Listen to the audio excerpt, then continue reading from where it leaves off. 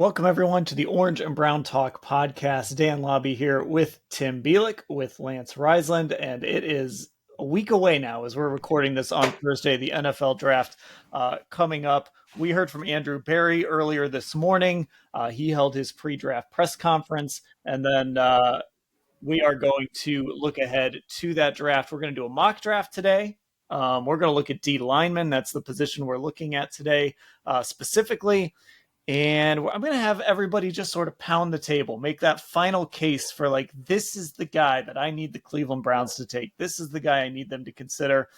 And one other thing we're going to do is we're going to just throw out some names of guys that in future drafts, you're sitting here watching these games, watching these guys, and somebody else stands out to you, and you go and look at a roster, and it's like, okay, this guy's a freshman, this guy's a sophomore. This is obviously, like, everybody knows about Jeremiah Smith and some of these other guys, but who are some guys who maybe stood out to you that we might be talking about when we come back and do this again next year? So, Tim and Lance, I am excited to get going, and I sent you guys a rundown. It was nice and organized, and I've got to be honest, right now at this point, I just want to give Lance the floor because, Tim, you know this very well.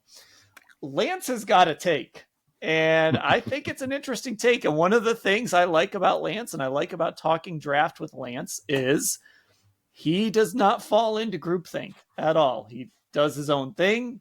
He watches the tape.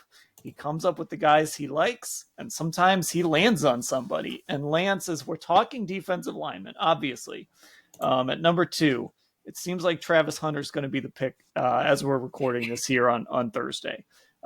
We've had the Shedeur Sanders discussion. I had framed this when we first started as, well, I think we'll make this like an Abdul Carter conversation. You have a different way that you want the Browns to go at number 2 overall. If you were in charge, this is the guy you would pick.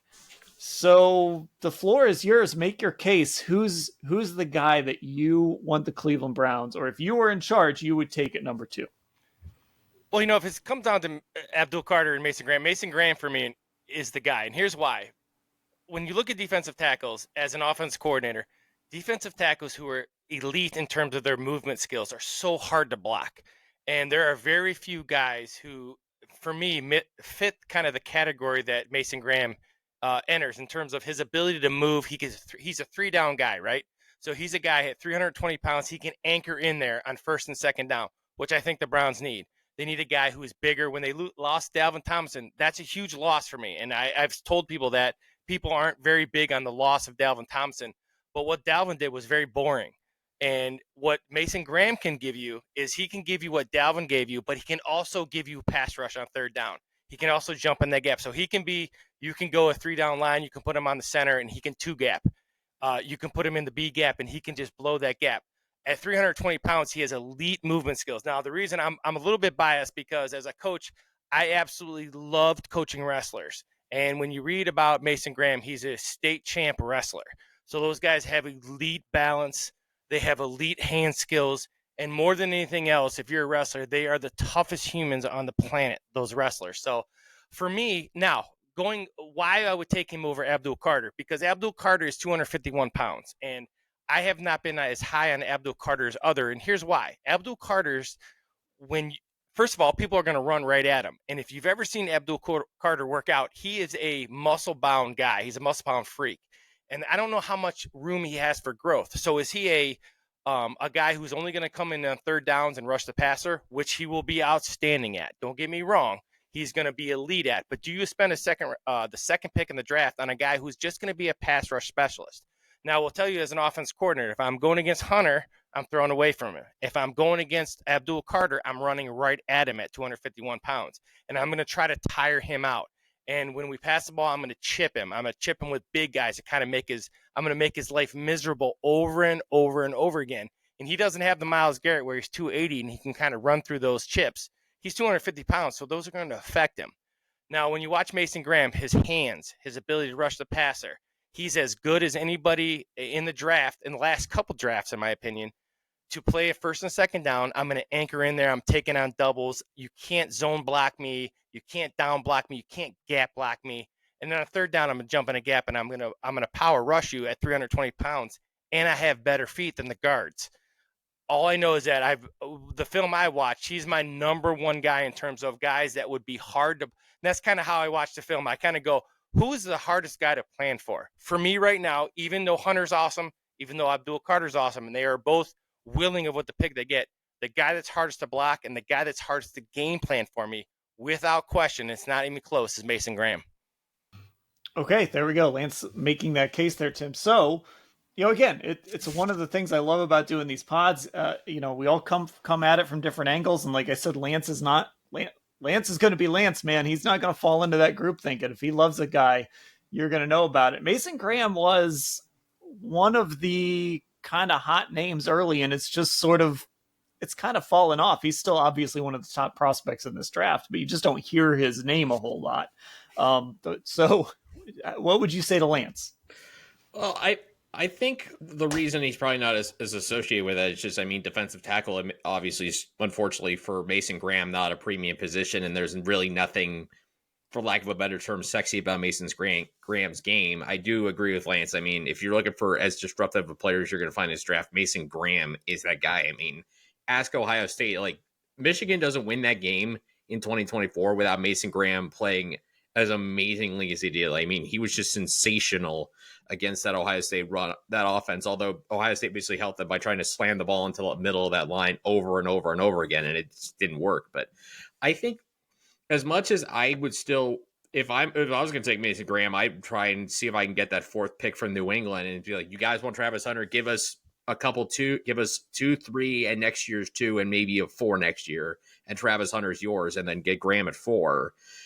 I just think with Abdul Carter, the size isn't as big a concern for me as far as a fit for this offense, because the Brown scheme, because Jim Schwartz kind of has that wide 9 style, and I think you can get away with smaller edge rushers like Abdul Carter, about 250 plus pounds. The injury history doesn't concern me that much.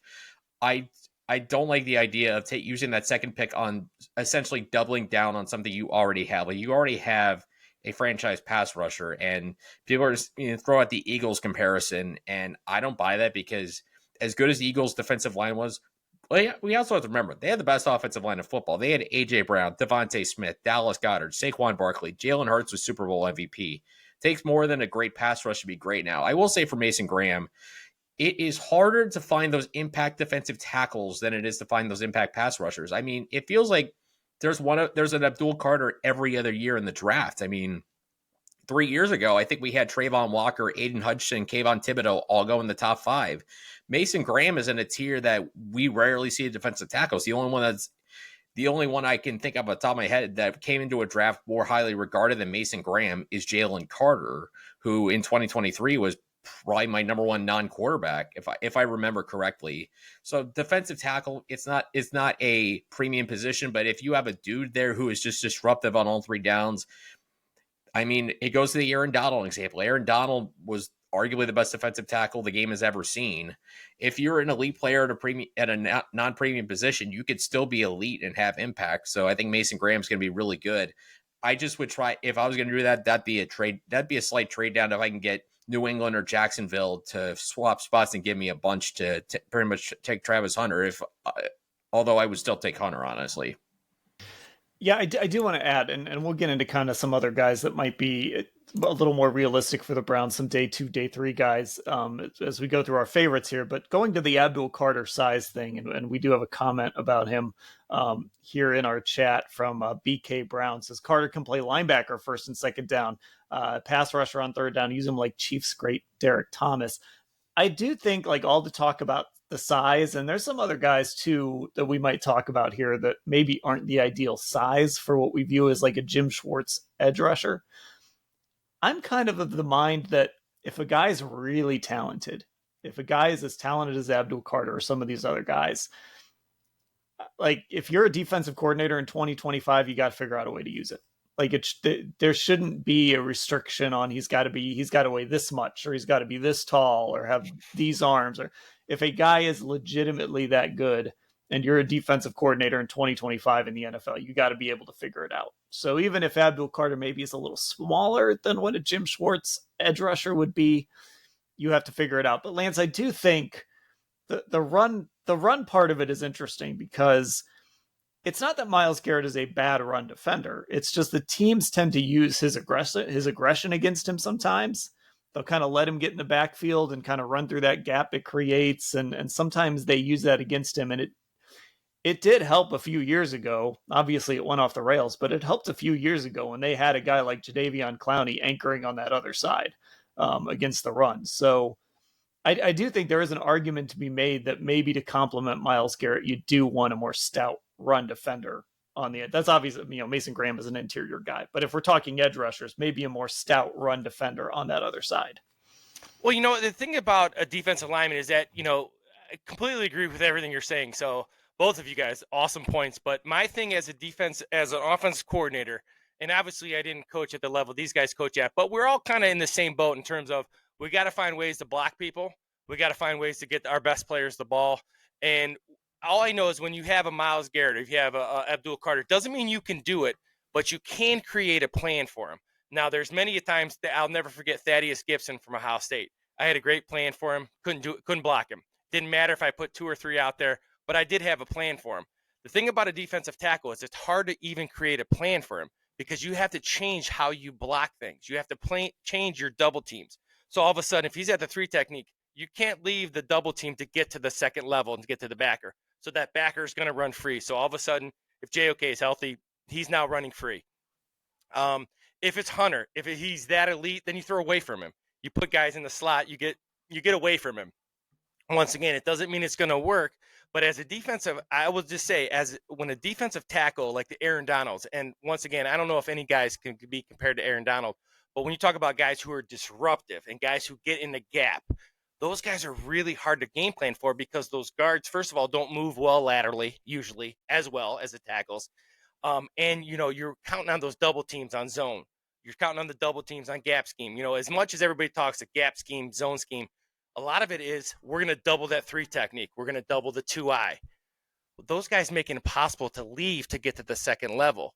And, as good as Abdul Carter is, and he is legit in terms of what he does, I just, if you're going to play devil's advocate, how much bigger can you get? I don't know if you guys seen that guy work out, but he's the muscle hamster, right? He is absolutely jacked. I don't know how much more weight he can put on. Now, you're right, Dan, in terms of you got to find ways to make, put him at, get him off the ball, put him at backer, make him rush over center. There's a bunch of things you can do. But in terms of if as an offense coordinator, there's no one harder to block than a 3-down defensive tackle who can move. It's the hardest thing to do as an offense coordinator is to block that guy who can move. And then, you run power at him. He can anchor in there. He's 320 pounds. I think he's a unicorn. I think he's a great player. He's my guy. And I know I've been texting you guys for 2 weeks in terms of I'm making the argument. That's all I got for you. He's my guy. And I go with him because he can play 3 downs. He can anchor in there. He's nasty. He's a wrestler. He brings an attitude to the defense. I think he's a guy, and I agree with what Tim said. Maybe you trade down a little bit because a defensive tackle is not sexy, but I don't care about that. Dan, you know me. I don't care about any of those. What everybody says. I like guys who play football, and Mason Graham is a football player, and I think he's a guy who's going to be a great pro. All right, let's get moving here on the rest of this stuff. Let's shift over to defensive ends. We're going to talk about defensive tackles a little bit later, but let's get through some of the defensive linemen that we like. Tim, you're first up. Give us your first name. Well, what I looked for when I picked out a couple of guys, I wanted to prioritize guys who may be a little smaller, kind of going with the idea I had where, you don't necessarily need size in the Jim Schwartz wide 9 if you're looking for designated pass rushers, because they already have guys with decent size like Alex Wright and Isaiah McGuire. But what they also prioritize, clearly, when you look at some of their drafting history recently, they prioritize those high-end pass rush win rates. Like Alex Wright, when he got drafted, he had a win rate of about 23.8%. Isaiah McGuire, pretty good as well, 17.6. So with that in mind, first guy I'm going to talk about, Princely Umanmielen from Ole Miss, 6'4", 244. I see Lance nodding his head right there. I take it you're a big Umanmielen guy. So, yeah, absolutely. Long, athletic, awesome player. Yeah, it's kind of what I was about to say. 22.8% win rate, better than what Abdul Carter had, 22.5%. Now, Uman Mielen is kind of more finesse than power, but Lance kind of hit it right on the head. Long arms. I think he has just enough power, but speed, length. He could just be a menace on the edge just by outrunning people. And he's even got a really good spin move that seems like he's incorporating there. And that length allows him to really disengage from blocks and get after the quarterback. And for edge rusher in particular, we're going to talk. Maybe we have time. I'll mention a guy that I think is maybe getting talked about too much as a high first round pick. Where edge rusher, I think, is a position where you need to have productivity. And Uman Mielen, for the last 3 seasons, 22 and 23 in Florida, and then 2024 Ole Miss, he led his team in sacks in all 3 seasons. So there's productivity right there with Uman Mielen. I think at this stage of his career, maybe more designated pass rusher. But I think if you're looking for someone, to be that juice off the edge to complement the power you have with Garrett, Wright, and McGuire, I think you can inject some speed there with Uman Mielen. And again, going back to the Eagles comparison, kind of what they have with Nolan Smith and Nolan Smith off the edge and a little bit what Josh Sweat can be. So I think that kind of combination what the Eagles had shows you can win with speed off the edge. And I think they could use a quick speed component. Yeah, go watch the Georgia game if you want to see some good stuff from him. That Ole Miss defensive line just made life hell on Carson Beck and Georgia in that game. So when we talk about edge rushers and we talk about guys who could end up with the Browns, arm length is something to keep in mind. They have generally drafted longer guys. This was another note that I had too. He hasn't drafted a bunch of edge rushers, but 2 of them, Isaiah McGuire and Thomas, they had relative athletic scores of over 9. So this relative athletic score site, Tim, I know you know about that, kind of takes all the testing numbers and puts them all in one place and gives you a grade on the guy. So somebody at that 9 number is worth keeping an eye on. And we're looking at an 8.99 here. So almost right there. And Lance, you audibly agreed with this assessment by Tim. Well, it's first of all, I love to hear you guys' numbers. It's always, you guys are much smarter than me in terms of like the numbers and how it works. I just watched the film, but that makes sense to me because length makes you hard to block, right? So if you can extend that offensive lineman, which Princely does well in terms of, I can now dictate what you're doing as the tight end or the tackle. So those guys with length, and the Browns have kind of a model, right? Alex Wright, McGuire, these guys, they have this length, they have this arm length, they have this, there's a lot of things that go into that, which is why this podcast with us is so good. Because for me, I just watch the film and try to say, this guy makes plays. And when you talk about, all the guys at Ole Miss, but that guy, his length, his ability to extend the tackle is what I like. And if you watch him on film, he is able to extend that tackle with his long arms and see what's going on better than most this year in the draft. So I can see why Tim likes him. And it's a very good choice in terms of, there's a lot of really good guys like him. But his length really, when I watch him on film, that's what I have in my notes on him, is his length is very impressive. Yeah, and just to clarify for one of our commenters who's talking about Uman Mielen as a 3rd rounder rated per our lads, generally has been in the 2nd or 3rd round, depending where you look. We're not just talking about guys at number 2 here. We're going to talk a lot. The guys we're throwing out there are guys that we kind of view as, could you get this guy day 2, day 3, assuming the Browns take a Travis Hunter or maybe a quarterback. I don't know. It seems like it's going to be Hunter, but a Travis Hunter, a Mason Graham. Lance, maybe they listen to the podcast and take Mason Graham, some edge rushers that they could look at and maybe have a shot to get in the 2nd or 3rd round. So Lance, why don't you throw out our next name? My guy's Mike Green out of Marshall. And what I like about Mike Green is that, going with Tim said, is I'm a big production guy. And the thing I've learned from you guys and things I've learned about being down at Browns practice is, I've been involved in football for 40 plus years, in especially in terms of like as a coordinator and trying to figure out how to do things. And there's a certain size you got to be. Those things are important, but production is very important. So that balance of like, what could a guy be and what production does the guy give you is very important. And that's a tough one. That's what GMs really struggle with, in my opinion. But for me, I kind of lean more to, if they're close in the measurements, I like guys who are productive. And Mike Green, 17 sacks last year, led the country, 23 tackles for a loss. But when you watch him on film, he's so violent. And I'm a big believer in those defensive linemen being violent with their hands, violent with that first step, and violent with their their intentions when they get off the football.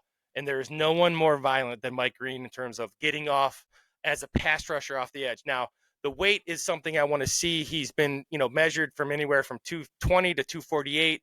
Once again, I don't really care about that because when you watch him on film, his ability to get into people and create leverage, he does a great job of, for example, bull rushing and then switching to a one arm and kind of creating that leverage by getting low. So he's a guy who understands leverage, he understands balance, and he plays angry. And I always like guys who play angry when they arrive at the football. They're angry. Mike Green, for me, is a guy, when you watch him against Ohio State, just a great spin move a number of times. He bends very well. He's the first guy in the draft I've seen a couple years who, no one bends like Myles Garrett. But in terms of like what you're looking for in bend, Mike he can bend around the corner. So I like his production. I like his angriness. And that's the guy I would go. Now, obviously, I think he's a second-round guy. Maybe you have to trade it back in. I know a lot of people like him. But he's kind of all over the board as well because of his size and where he played, and et cetera. But I love him. I think he's aggressive, and I think he'd be a great fit in the Schwartz scheme. Tim, I know you just put the finishing touches on a 7-round mock. Did he make it out of the first round for you? Well, I mean, it was a 7-round Browns mock, but for me, I look back at my last first-round mock. I had him actually 17 to the Bengals, and I'm looking at his numbers. 17 sacks, 23 tackles for loss. I mean, that's special productivity. And this is a guy who has been kind of rising throughout the process. He was great in the Senior Bowl, and he's just absolutely carried the momentum forward. He feels like a guy who, just going to be one of those guys that, even though he's a smaller edge rusher, is just going to be a pain to deal with because of the things Lance was talking about.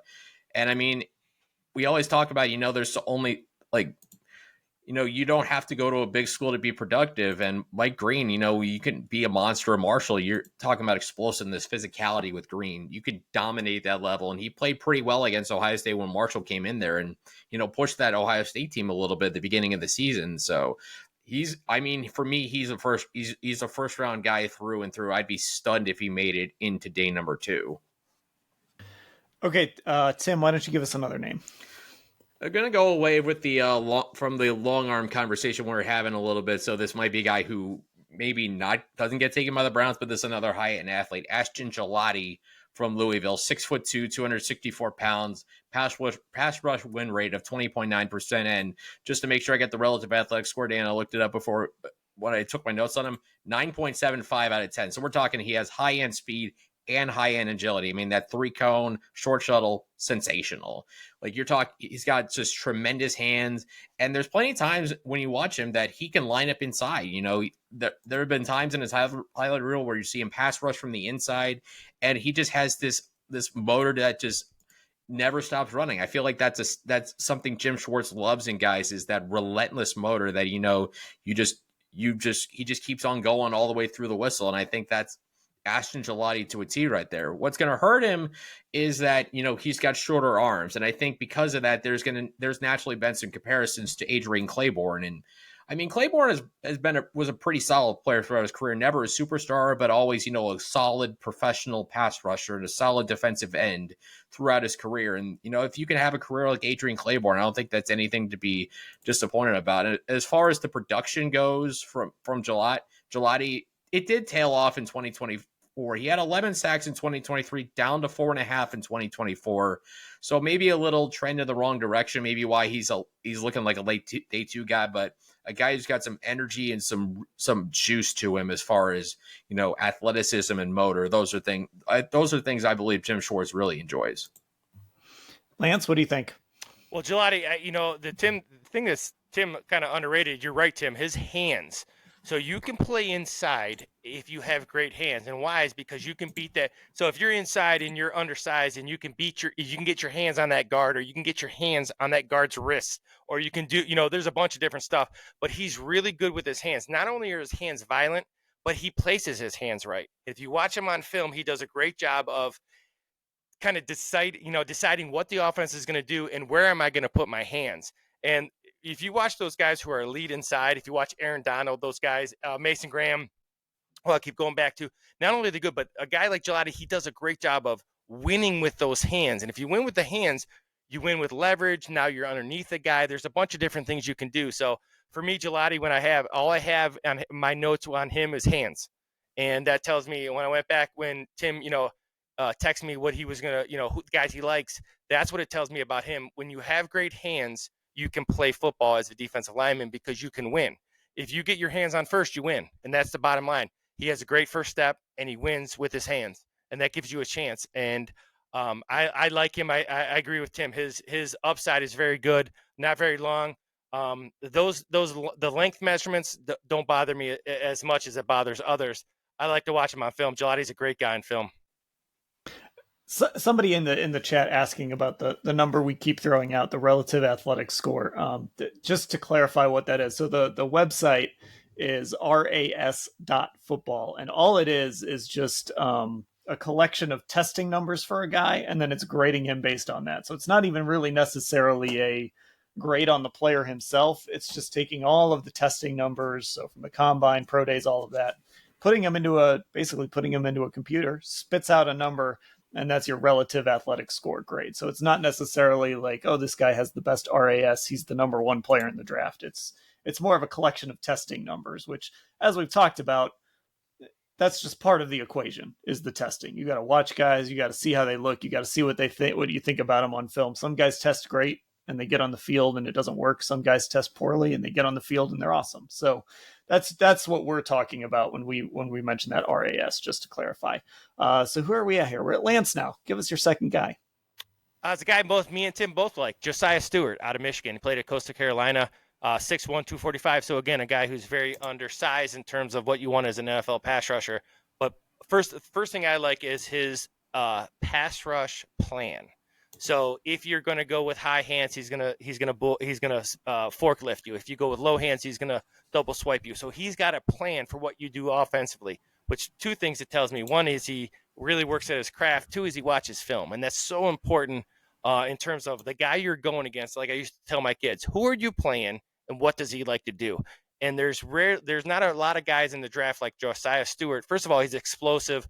All the things we talk about, he's explosive, first step. All that kind of stuff is awesome, obviously. But what he does really well, in my opinion, is he understands what the offensive lineman in front of him is trying to do. And there's guys who play high. There's guys who like to play independent-handedly, like Joe Thomas liked to do. Joe Thomas has kind of brought that into last 10 years, where I'm going to individually punch with a hand. And Josiah Stewart does such a good job of understanding that. The other thing is he plays with a relentless motor. And I like guys who play angry, especially the defensive lineman, right? So he comes in, if he's a pass rush guy. Now, as compared to other guys who are undersized, he anchors pretty well. And why he anchors pretty well is because of his base. So he understands, once again, when you have to anchor. Well, you have to anchor if there's a double team. Well, you don't get double teamed a ton as an end, but you can get base blocked by the tight end. And he does a great job of not getting moved because of his base.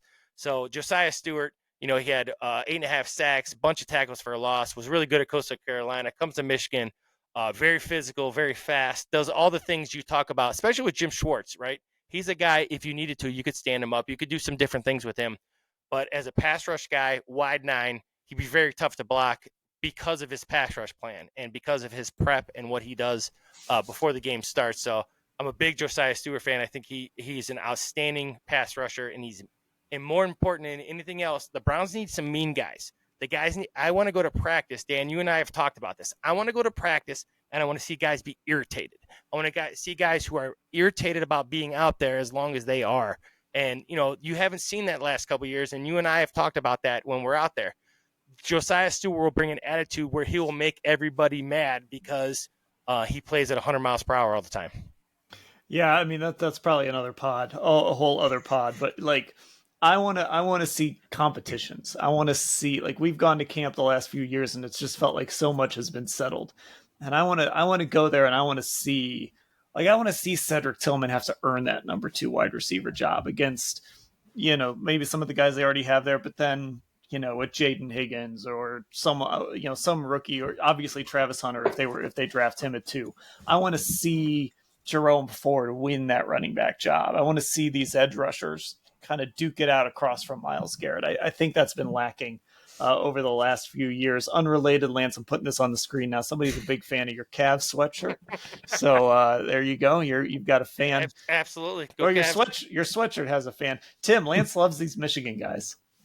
Yeah, I mean, looking at Josiah Stewart's profile, 27.7% pass rush win rate. I was a little disappointed I didn't get dibs on him first, but it kind of goes back to what I was saying earlier about the Browns have power edge rushers. They don't have that explosive speed guy off the edge, and I think even though Josiah Stewart is a smaller guy, 243 pounds, I think because he's shorter, like Lance was talking about, having that base, you can afford to be a little smaller if you're a little shorter. That's just natural. That's just physics 101. That kind of goes with the idea of smaller defensive tackles, might not be so bad because they can get leverage much more easily.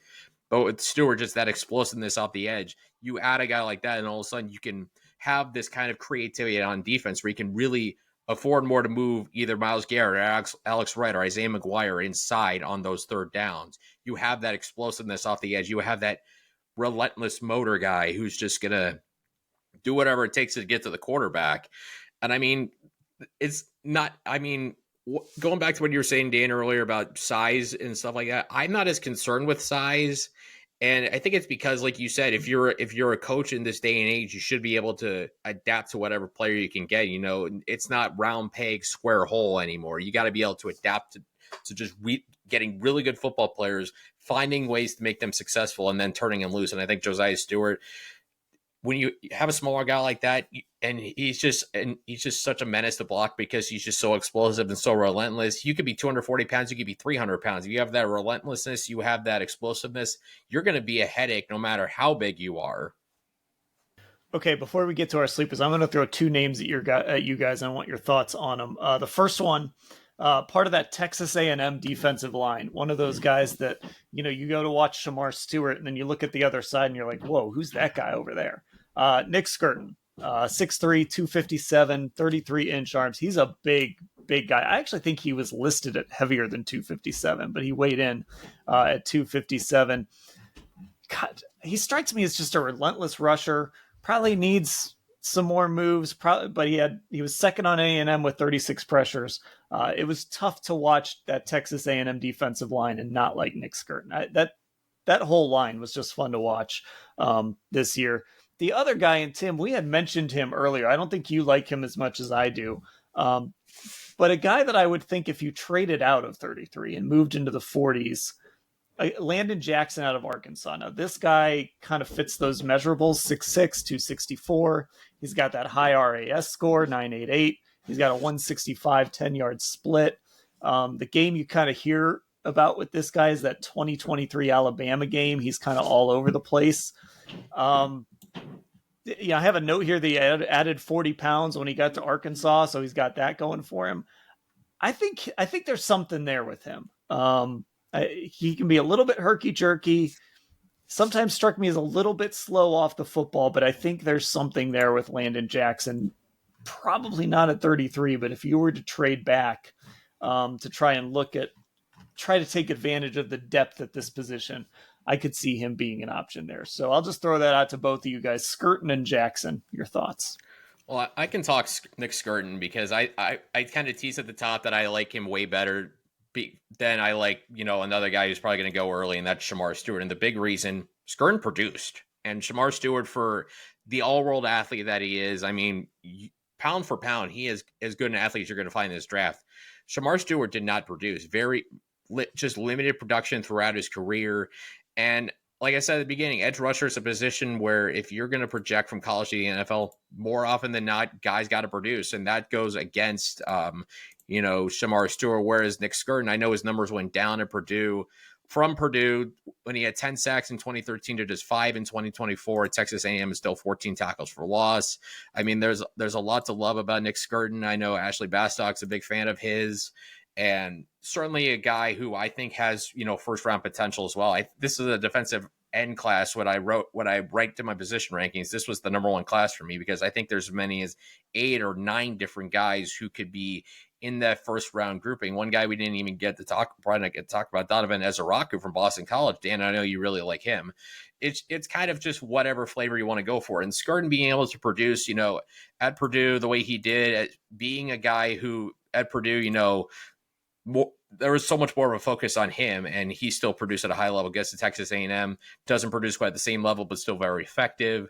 There's plenty to like with Gordon's game, and again, productivity is a reason why I would go with him ahead of Shamar Stewart. Yeah, Azaraku is just one of those guys. He makes impactful plays when you watch him. You just see impactful plays, whether it's pressures that lead to picks, chasing down Tootin in the Virginia Tech game. He makes impactful plays. But 2 months ago, we're probably talking about him as maybe an option at 33, and right now it sounds like he's a first round guy. So unfortunately, the Browns might not get a shot at him. Lance, either guy, whoever you want to talk about, Skirton, Jackson, up to you. Well, I'll talk about Landon Jackson. Here's what I know about Landon Jackson. Is that when I looked at my notes, it comes down to what do you win with, and what Landon Jackson wins with right now is his body. And in the NFL, that doesn't work. And so now, can he do it? Yeah, he's massively long. He's got really strong hands. His hands are really good. He plays with an endless motor. But those guys who win, it's kind of like Alex Wright when you look back to his rookie year. When you're at UAB and you win with because you're bigger, that's really hard, and you have to learn some things. Now, as compared to Alex Wright, the thing I don't like about Landon Jackson, he doesn't bend very well. As good as he has great hands, and actually, I think he could be more of a nickel 3 technique than he could be a regular defensive end. But yeah, he has great measurables with his length. He has great measurables with his effort. He has great measurables. He's just a massive human, right? And those guys are hard to block, and they move people, and he plays with a great motor, which is, you get the third and fourth quarter if he's a rotational guy. Those guys are really become a pain in the butt as an offensive coordinator because you know what they're going to give you. Now, I'm not sure if he can be elite because I don't think he bends very well. At least he hasn't shown that on film. And, I want to see, like I said, my notes simply said, what does he win with? And what he wins with right now is his ability to be bigger. And it kind of goes back to what Alex Wright. Now, Alex Wright, if you look at what his progression has been since he got to the Browns, it's been pretty awesome, in my opinion. They have really developed him well. He has turned into a really good defensive end, a nickel 3 technique. Landon Jackson has that capability. I don't know if he bends well enough. We'll see. That would be my only take is, like I said, I try to always make a point, especially when we get into this point where we're just 6 days away, when people say, what does this guy do? My Landon Jackson note says, got to bend. What do you win with? And right now he's got to win with something else besides his size, because in the NFL, those guys will be big like him. All right, let's each throw out our kind of our sleepers, our day 3 guys, the one guy that you like that we haven't talked about yet. Tim, go ahead first. I'll go with a bigger guy, Elijah Roberts from SMU. Maybe not technically a sleeper. He could certainly sneak at the back end of day 2. 6'3", 285. He's more of a tweener guy, but another high pass rush win rate, 22.4%. Even looking at the notes further, he led all of the FBS the last 2 seasons in pressures, 131. And like that SMU team, they weren't intimidated by the jump to the ACC. They were a 56 or 57-yard field goal away from overtime in the ACC championship game when they were getting beaten down by Clemson early on. They made a fourth quarter comeback. And with Roberts, great power, effort is not a question, and he just has a knack for punching out the football. 4 forced fumbles between 2023 and 2024, and it's something the Pittsburgh Steelers have always prioritized, guys who can punch the football loose. And if you have a guy who can do that, who knows how to get to the football, those are valuable guys to have, because they got a knack for doing it. Just like with edge rushers, you got a knack for getting to the quarterback. Sometimes you just have a knack for punching the football out. You may have to figure out Elijah Roberts' position in the NFL. Maybe he's a big defensive end, maybe he's a small defensive tackle. You can kind of work with that, but certainly there's a lot to love about Elijah Roberts. It's another guy who just feels like he has a motor that continually goes 100 miles an hour. Who you got, Lance? You want me to go over Elijah, or you want me to go who I got? Give us your guy. So I got Femi, or his name. Well, he goes by Femi Olajudejo from UCLA. His full name is Alawu Femi Olajudejo. So can't say his name great. I practiced it, still didn't get it right. So he was at California. He was a linebacker. So what I like about him is that he moved to defensive end when he went to UCLA. I thought they did a great job of moving him to defensive end. He had a great Senior Bowl, did really well in the one-on-ones. Now, what he gives you is that he is 6'3", 260 pounds, and he's a scheme fit. And so he's a guy who can stand up, play linebacker because he's played it. And I always talk about when guys putting your hand on the ground as compared to standing up. And my dad always taught me this. That's a big difference. When young coaches would come in and tell my dad, hey, we can stand him up. We can play him at defensive end. We can play him linebacker. When your hand is on the ground, that's a big difference as if you're in a 2-point stance. And what he's done is he played both, right? So he's not only played linebacker and been successful at California, he went to UCLA and moved to edge. And he wins with athleticism. He wins with, like, he fits all the measurables, right? He's long. He has great arm. He's really good rip. He swims very well. He does everything very well in terms of technique. But what I like is that he's position flexible for Jim Schwartz. So he could play up if needed. Schwartz is all about those front seven guys. So I've never talked about Jim Schwartz being a defensive line, linebackers, and secondary. I talk about it as level 1, level 2, and level 3. And what Femi gives you is he's a guy who can play both level 1 and level 2 and play all of them. And with Jim Schwartz, that's important because Jim Schwartz is going to find a matchup. So if he likes a matchup, he can move out to defensive end. He can play the wide 9. He can anchor in there as a tight 9 on that tackle. He can move to a 3 technique. He can stand up as a linebacker. So I think he's going to be around. Now, like I said, I think people are not as high as him. He grew on me at the Senior Bowl, watching him over and over in the Senior Bowl, just his bend, his ability to play. He looks like a big linebacker to me. And in Jim Schwartz defense, that's very important. Okay, mine is kind of a random guy. It's a little bit of a bet on traits more than anything. He's a little bit of an older prospect too. He's going to be 24 in October. But if we're talking about a day 3 guy, Andrew Berry has sort of gone away from those age guardrails sometimes on day 3. Tyler Barron from Miami. Now, he was at Tennessee for a long time. He ended up in Miami. There was a little bit of drama there with how he got to Miami and some NIL stuff and whatnot. But hey, that's modern college football. But 6'5", 258, a 162 10-yard split, 33 and a third inch arms. That relative athletic score we'll mention, 9.3. PFF, he was 20th in pressures. I believe I filtered, I'm not sure, I don't remember how I filtered that, but he ended up being 20th in pressures per PFF. So, the sack production maybe not quite as high as you'd like with Tyler Barron. He had 5.5 in 2024, 6 last year with Tennessee. But this is a guy that has played a lot of football, 61 games. And I just think he'd be an interesting day 3 guy, if that's kind of what you're looking for to bet on some traits. Okay, we are going to take a break. And then when we come back, not on the YouTube, but on the podcast, we're going to take a break. And then when we come back, we will take a look at some of the defensive tackles that everybody likes. And welcome back to the Orange and Brown Talk podcast. Dan Labbe, Tim Bielik, Lance Reisland. We just did defensive ends. I'm going to show you what everyone liked there at edge rusher real quick here on the screen so that you guys can see it. Those were our defensive ends that we chose to point out here. We're going to move on now to defensive tackles. Lance, you've already made your case for Mason Graham, so we're going to go. We're going to go out. How did I do, by the way? Was that good? Did I sell you guys at all? It was good. It was good. Yeah, it was very good. All right, good. Yeah, I mean, you didn't sell me, but yeah, I mean, look, you did fine. It was all right, good. I did all right. All right. That's all I need. Fine is good. Fine is good. Yeah, you did a nice job. But listen, we're Kent State guys, right? That's right. D's get degrees. That's D's what we get like degrees, to say. my friend. D's get degrees. All right, let's move on to defensive tackles then. Lance made his case for Mason Graham. Tim, why don't you give us our first guy? All right, well, I got, as I pull up my notes real quick, I'm going to go with a guy who I had in my 7-round mock last week, Omar Norman Lott from Tennessee, 6'2", 303 pounds. Another guy, there's going to be some terms you already heard before, but 18.9% pass rush win rate, which is a defensive tackle. I mean, Lance hinted at with Mason Graham. If you have that A-gap pressure, I mean, there's nothing more valuable than doing that. And Norman Lott can really do that.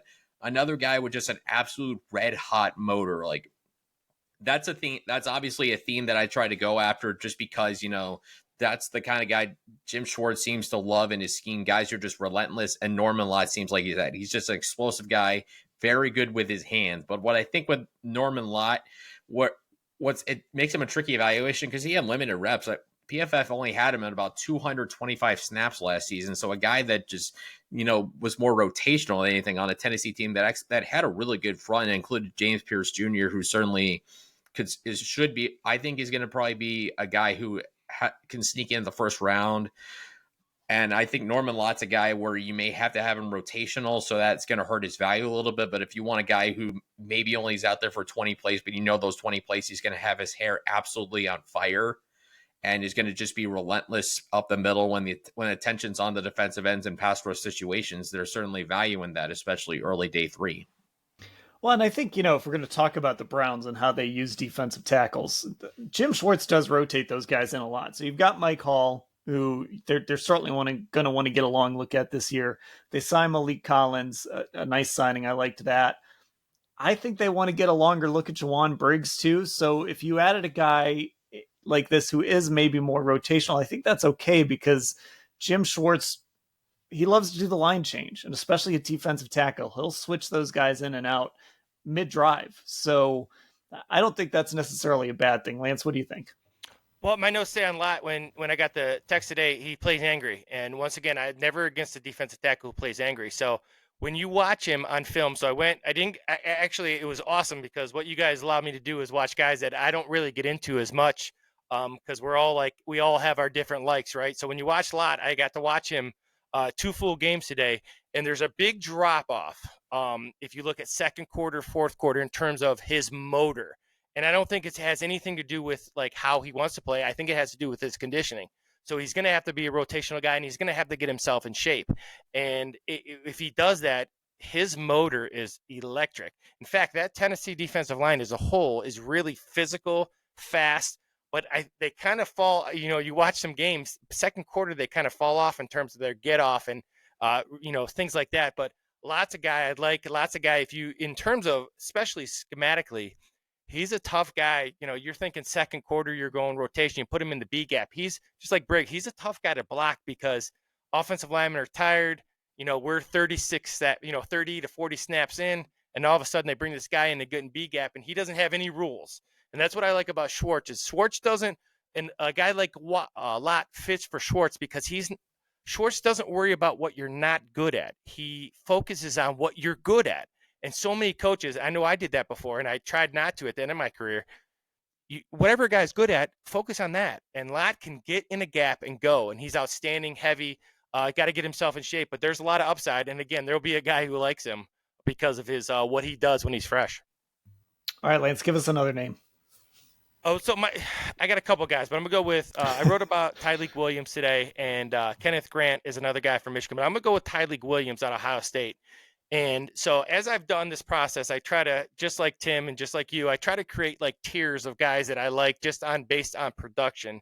I also, as Dan, as you said, I don't care what anybody else says. I try to just stay in my lane, watch the film, and see what I see. So forever, months, I had Grant and Graham as the top 2 guys. Now, Nolan was there, Sanders were there, some other guys that were in the second tier, including with Tyleik Williams. So the more I watch Tyleik Williams on film, he's the best defensive lineman on that Ohio State defensive lineman. He's 6'3", he's 335 pounds, and he can move. He came into Ohio State at 360 pounds, and he was a guy who was 360, but he's one of those big guys who had like incredible like lateral skills. I bet you he can dunk a basketball. Like, he's one of those freaky kind of athletes who just is a big, heavy guy. Committed himself to getting in shape, and this year he was outstanding. Now, he's played in a bunch of games. He plays, I think having college experience helps with NFL. He's a guy that I've just fallen in love with. Kenneth Grant's another guy from Michigan I love, but I'm going to go with Tyleik Williams here, because just the fact that when you watch him on film and you see how heavy he is, and you see his motor skills, and you see his ability to move laterally, short area burst, his hands, his violence, his ability to do everything that you want as a defensive tackle. You're talking about a guy who potentially will be a 3-down guy, which in the NFL is huge, right? A guy who can anchor and a guy who can rush on 3rd down. Going back to my guy, Mason Graham, Tyleik Williams is, and for me, he's in the same category potentially as Mason Graham and Kenneth Grant. I really like Tyleik Williams. He's really grown on me. I actually fell in love with him watching Jack Scheuer. That's when I fell in love with him, watching him over and over, going, this guy's really good. So I'm gonna go with Tyleik Williams for all the things I said. He's a physical freak. He's 340 pounds. His best football's in front of him. He's gonna have to stay in shape. But his hands, all the things you talk about that we have talked, he's really good. Yeah, Tim, we talked about him a lot in our mock draft last week. I don't remember if we actually took him or not, but he was in that discussion in that second round.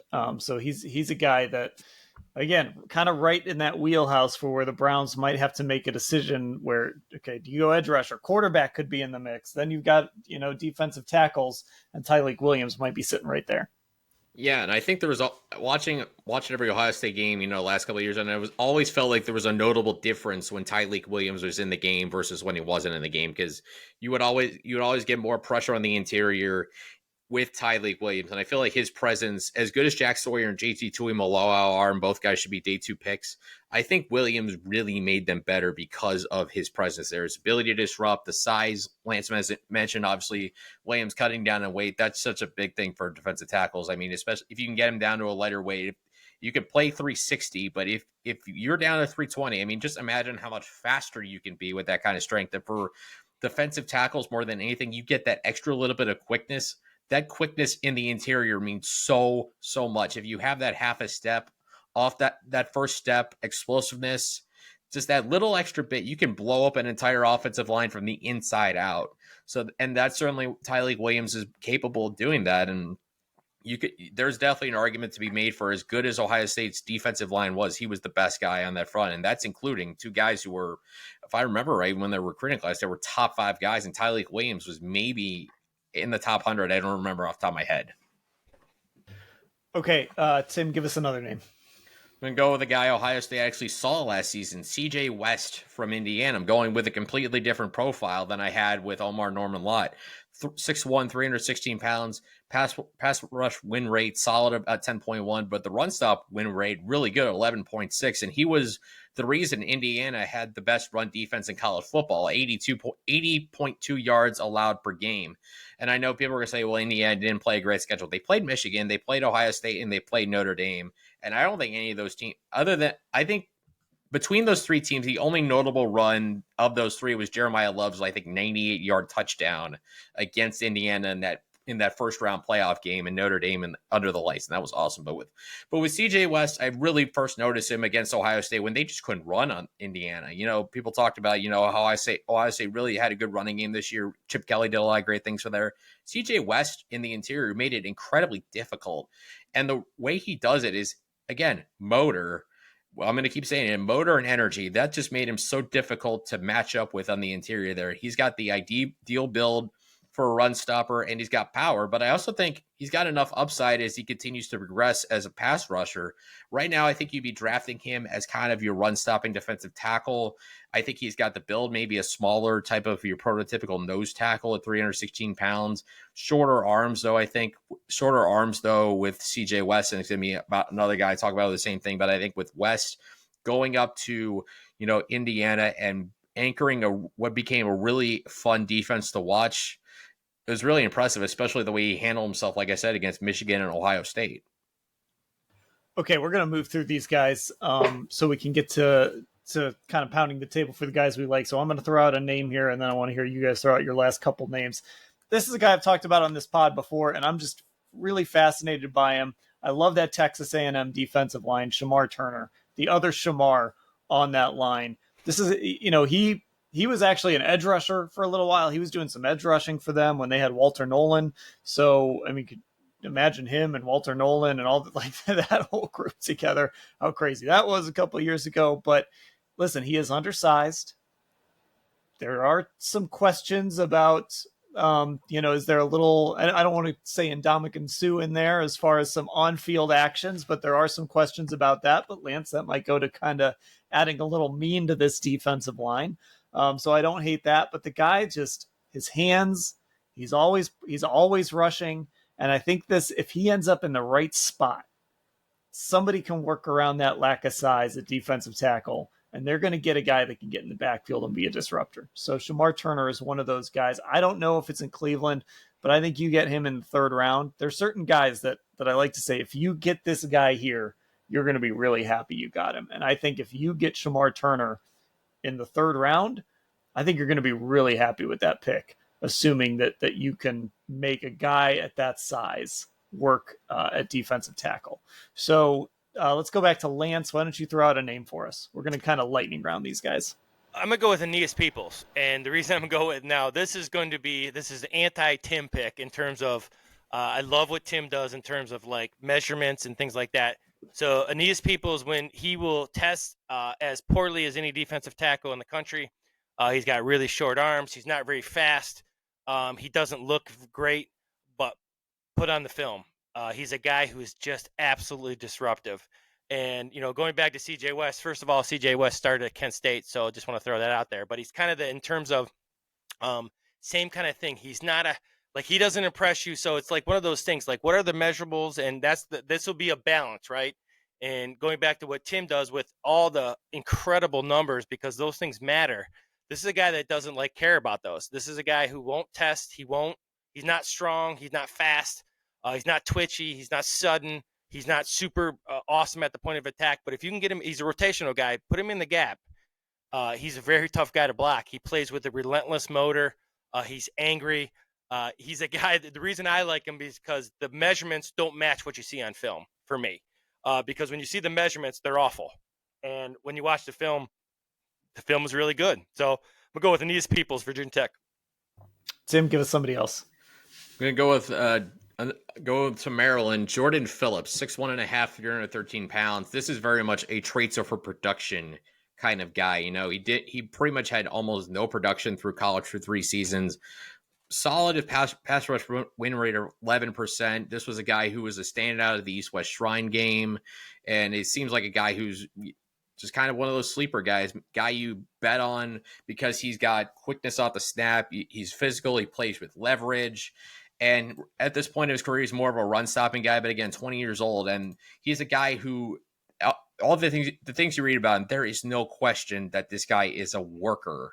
And I think you can never have enough high-character people on a football team. And I think if you get him in the lab with Myles Garrett, with all these good defensive linemen around him, help him kind of learn some of the techniques to go with the natural physical gifts he has. There's certainly some work that has to be done with Jordan Phillips, but if you're patient with him, you bring him along and you kind of let him be a run stopper early in his career, and eventually he develops more as a pass rusher, you might have something at least rotational to work with. Okay, there we go. Some edge rushers, some defensive tackles. We're going to take a break. Here's what we've got coming now. Everybody's going to pick a guy here and say, this is who I kind of pound the table for the guy. This is the guy that I want the Cleveland Browns to take. Doesn't matter where. It could be at number 2 if you want. Lance, you already kind of did that, but we'll let you do it again with somebody else. Wherever you want to make the case for a guy, you can make the case for a guy. Then we're going to do a mock draft. And then I think this is going to be fun. I want to know some names that you guys are kind of keeping an eye on as we move forward, whether they're obvious names, sleeper names, whatever, just some guys that have stood out to you that you're going to be keeping an eye on as we move into drafts in the future. So quick break here on the pod, and then we will be back to make our case for some guys. Back on the Orange and Brown Talk podcast, Dan Labbe, Tim Bielik, Lance Reisland, our NFL draft preview.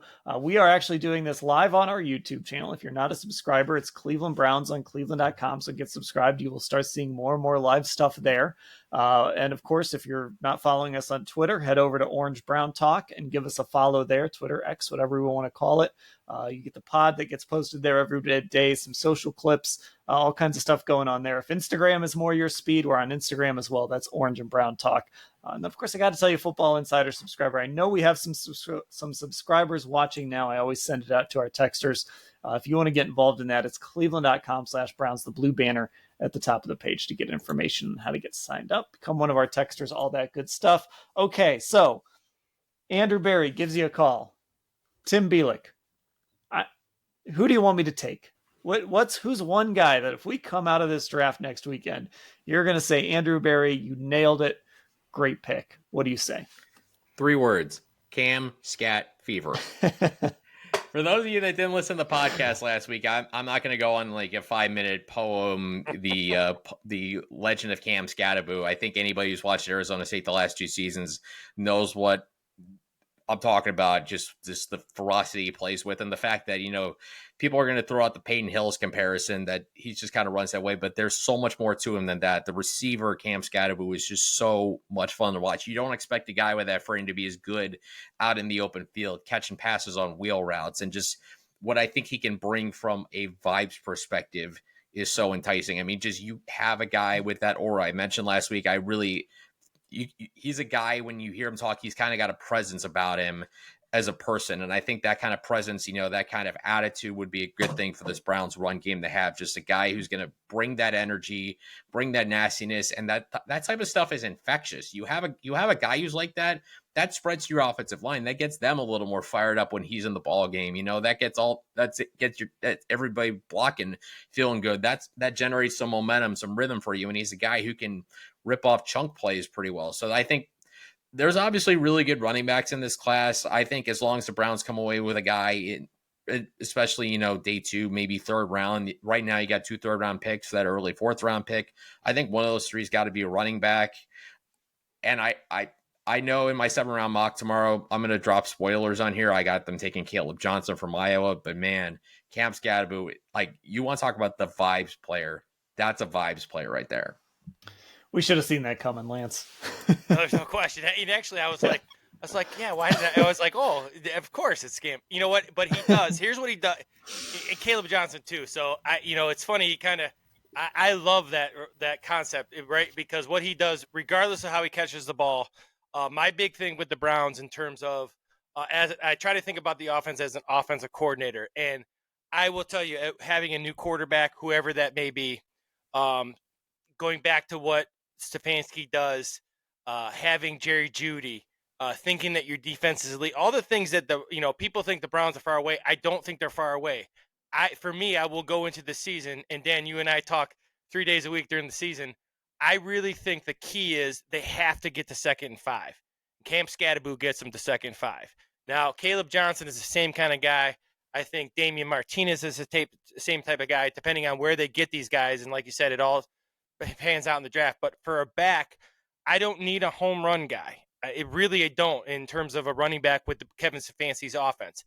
I need you to get to 2nd and 5 because then I get to dictate what I call as an offense coordinator. And I think that's when Kevin Stefanski is at his best, because now you can do whatever you want 2nd and 5. You can go 13 personnel and go empty. You can go 13 personnel and run power. You can do whatever you want as long as you win on 1st down. Cam Scadaboo is going to, because he's a lean guy. He gets you to 2nd and 5, and I think that's so important, so underrated. It's boring. People don't like that. That's what I always. If I'm at 2nd and 5 as a play caller, I'm going to be more successful than I would be if not. Okay, so Andrew Berry just hung up with Tim. He's dialing Lance's number. Calls up Lance, says, "Lance, you'll never believe this, but Tim thinks I should take Cam Scadaboo. Give me a guy, Lance. Who's a guy that you think I have to take that when Saturday night, when I call you back and say, how did I do? You're going to say, this guy is why this draft was awesome." Well, first of all, I'm going to thank him for taking Mason Graham 2nd. That's the first thing I'll say. That's very nice good choice. It's, first of all, I appreciate you listening to me on him 2nd. Then I'm going to go with Luther Burden. And here's why Luther Burden makes a difference, right? So the Browns right now they have to be perfect on offense. And last year you saw a lot of the offsides. You saw a lot of the penalties. And you had everybody saying they're undisciplined. And I've had a lot of discussions with this. I don't agree with that. Now, they do need to fix that. But anytime you see an offense that has to be perfect all the time because they don't have elite playmakers, that's what ends up happening. Now, I will tell you, I was a really good offensive coordinator when I had really good players. I was a really poor offensive coordinator when I had very bad players. And it doesn't matter what level you're at. So once in a while, you need to throw the ball out there, and you need to not block anybody. You need to do it wrong. You need to make the wrong call, and the guy just makes a play for you. Now, it could be a touchdown, could be 60 yards, but more importantly, it could just be in like an 8-yard run. It gets you a 2nd 2. And then on 2nd 2, you throw a play action, you hit a shot over top, right? So for me, Luther Burden is a space guy. He's a touch guy. I think he's a guy, whatever it may be. And I'll go with Tim's philosophy in terms of however they want to do it. They need to find a guy who gets easy yards. The Browns have to work too hard on offense right now to be successful. It's too hard to score points by going 10 to 15 plays every time. Now, you can do it once or twice a game, but really you need a guy you can throw it out there and you go, you know what, I didn't block it right. And that's actually, I do that when I was coaching. I would always show my team bad plays. You win with players. And Tim, and Dan, I'm going to throw a quote out here that you and I haven't heard in a while. Love it. Players over plays. Give me a touch, get him in space, let's go. And I think that's what Luther Burden gives you. Okay, well, Andrew Berry's just called me up now. I'm tired. I'm tired of hearing from Tim. I'm tired of talking to Lance. Lance keeps saying this players over plays thing. It's driving me crazy. I'm gonna make a case for a guy. Tim, you're gonna like this. We've talked about this a little bit. Lance, I don't think I've talked to you about this. I never thought that I would be the guy sitting here saying just do this, but I'm just gonna say it because listening to Andrew Berry talk today and thinking about this quarterback class and acknowledging that they're not taking a quarterback at 2, which, by the way, if you went 3-14 and had the worst offense in the NFL and are remaking your quarterback room and you're not drafting a quarterback at 2, what you're telling me is you don't believe in this class. Like, you don't believe there is a surefire franchise quarterback in this class. Now, you might like some of these other guys, but you're telling me you don't necessarily believe these guys are surefire franchise quarterback guys. So if you take a Tyler Shook or a Jackson Dart or the guy I'm going to bring up here, you're rolling the dice with them. You're saying maybe he's a future franchise guy, or maybe we're going to be right back here next year having the same discussion. So why not just go big and just bring in Jaylen Milroe and just see what you got? I am not like, and I'm saying this as a guy that I am not the biggest Jaylen Milroe. Like, when I watch him play, I have real concerns about him translating to the NFL. I don't think it's going to be, I don't know. If I had to put odds on him working out, I would actually lean towards it not working. And I think there are people who make the case pretty regularly that how much did Alabama actually trust him last year, which means something too. But all I'm saying is, if you're going to take a chance on a guy and you're just going to end up being right back here again next year anyway, still trying to figure out quarterback, why not just take a chance on Jaylen Milroe? And if it works, great. At the very least, he's going to be your Taysom Hill as a rookie. Like, he's just going to be a guy you can bring in and be your Taysom Hill. Now, obviously, he has to be more than that for it to hit as a legitimate quarterback pick. But just bet on those traits. Bet on a guy that's got 4.37 speed, can get the ball down the field, and see what happens. I'm saying this as someone who doesn't necessarily believe wholeheartedly it's going to work, so maybe I'm not selling it. And Lance, the look on your face when I said that was like, I thought you were going to jump off the call here. I didn't think you were going there. I'm going to be shocked. But I'm just I got to be honest with you. None of these other guys excite me. Like, I was a Shedeur 2 guy for a long time. I just don't think that's going to happen. And I just can't get excited. And even for the guy that made the case that the Florida game wasn't that bad for Jackson Dart, I can't get that. I just can't get that excited about any of these guys. So I guess to me, it's like, you know what? Just do it. Now, I'm not saying don't trade a first round pick next year to go get him. It's got to be at the right spot. And if you do move, it's got to be at the right price. But if things fall your way and you got a chance to add him to your quarterback room, why not just take a shot at it?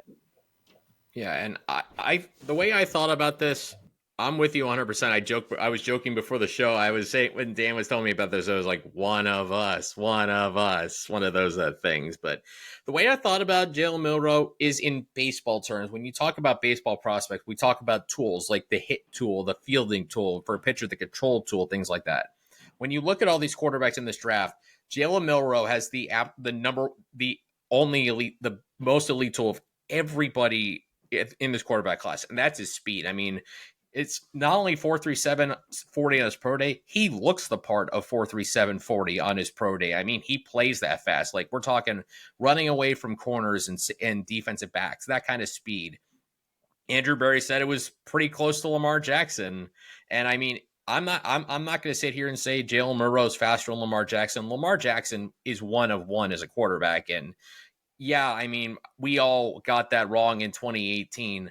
I think with Jaylen Milroe, what hurt him was the more I kind of went back and actually looked more at his 2023 film when he had better numbers, I think the scheme change hurt him a little bit, because what happened was Nick Saban retired and Tommy Rees went to the Browns, and then they brought in Kalen DeBoer, who I think is a really good coach, but he had just coached Michael Penix Jr. the previous 2 seasons, and you cannot get more different at quarterback than Michael Penix Jr. and Jaylen Milroe. I mean, you have Michael Penix Jr. is kind of a lefty pocket passer quarterback who just gets the ball out, incredibly accurate. He's going to win from the pocket, and I mean, he's already translating into NFL success. He already looks pretty good right now in Atlanta.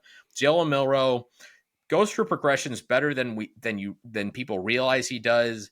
And the stat that stood out to me, and I hate that I can't remember who tweeted this, but it was someone had a tweet that basically they broke down all the number of plays that certain these quarterbacks had, non-RPO, non-play action, and basically just straight drop back and throw the football plays. And Jaylen Milroe had the highest percentage of those guys at about 70%. I feel like in a way that's misusing him because, yeah, you can run the read option, you can run RPO, but if you're just having to run straight drop back, not even incorporating a bootleg game to him, I think you're misusing the things that make him special. Now he has, obviously, I've talked before about the mechanics that had to be fixed. That's why I wasn't concerned about his fourth quarter quarterback rating. I mean, mechanics got to be right, and he has so much room to grow as a passer. The fact that he's worked with Jordan Palmer, who's obviously a quarterback guru. I know Mary Kay wrote talked to Jordan Palmer earlier in the draft cycle about Jaylen Milroe. The fact that you have an incredibly intelligent guy in Jaylen Milroe, academic Heisman winner, a guy who comes from a military family background. Work ethic is instilled into this guy. He's not just the athlete you want to bet on, but I think he's the person you want to bet on. And it takes a special kind of person to harness those kind of athletic traits and become a better version of what you were in college. And I think if, like Dan said, if you're going to take that gamble, Jaylen Milroe feels like that guy to take a gamble on. And I do think, look, they have Kenny Pickett and they have Joe Flacco, which is telling me that's another sign. That's telling me that whoever they bring in, they think that guy might not even be good enough to be a backup right away. So they're setting this up to everything they're doing is telling me that they don't trust this quarterback class. Just everything is pointing to that. And I think some of this too might be like, I'll just full disclosure, I don't think they're going to be very good this year. And so I don't mind just taking a shot on a guy like that. I'm not thinking that they're going to win 8 games, 9 games and contend for the playoffs. So that's part of it too. Like, I just don't mind if you just want to see what this guy is. And maybe there's a chance Tommy Rees is sitting in that building saying, listen, guys, we tried to bench him in 2023, so don't draft Jaylen Milroe. But maybe Tommy Rees really thinks he can do something with this guy. Lance, you've been sitting there making faces this whole time, so we'll let you go, and then we'll get to the mock draft. I was trying not to. So I'm gonna go. I'm not gonna agree, and here's why. And first of all, everything you're saying in terms of physical traits, absolutely. But I think, first of all, I would hope the Browns don't think they're not going to be competitive, and sometimes I think coaches think that.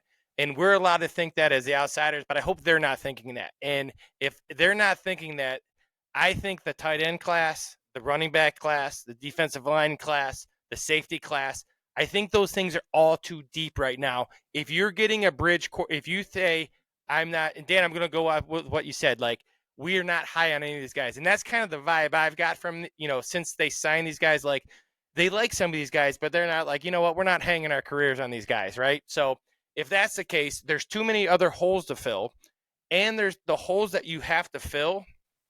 It's a really deep class in those holes. So for me, if you don't think, like, I'm not taking a flyer on Jaylen Milroe, even though I do think he's talented. And I think, and Tim, I will say this, and I appreciate you saying you were wrong. I was so wrong on Lamar Jackson. I mean, he's as good from the pocket, like, no one knew that he was going to be that. To say that, Jaylen Milroe can't be that would be wrong of me because, who knows with quarterbacks, right? None of us know. But I will say the Browns have too many holes, and the Browns also have a lot of good players at a lot of other positions.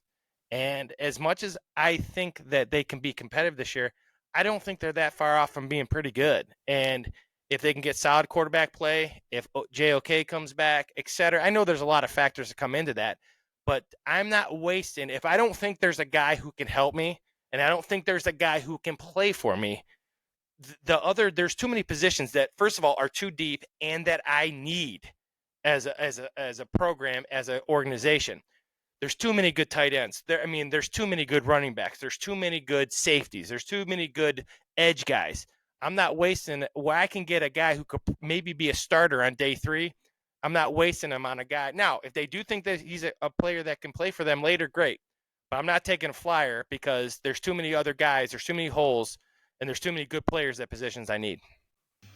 Well, in the interest of full disclosure, I thought maybe making the case for Mason Taylor would be a little boring. So wanted to have a little fun with that one at least. All right, there we go. Our Jaylen Milroe segment here.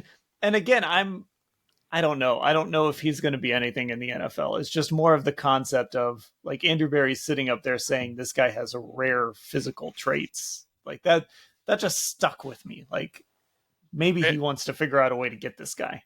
Well, I'll tell you what, there's something about that. And I will say, when you can get a plus running game and a guy who can throw the ball, the problem is when you play like the Ravens, you have to play base defense.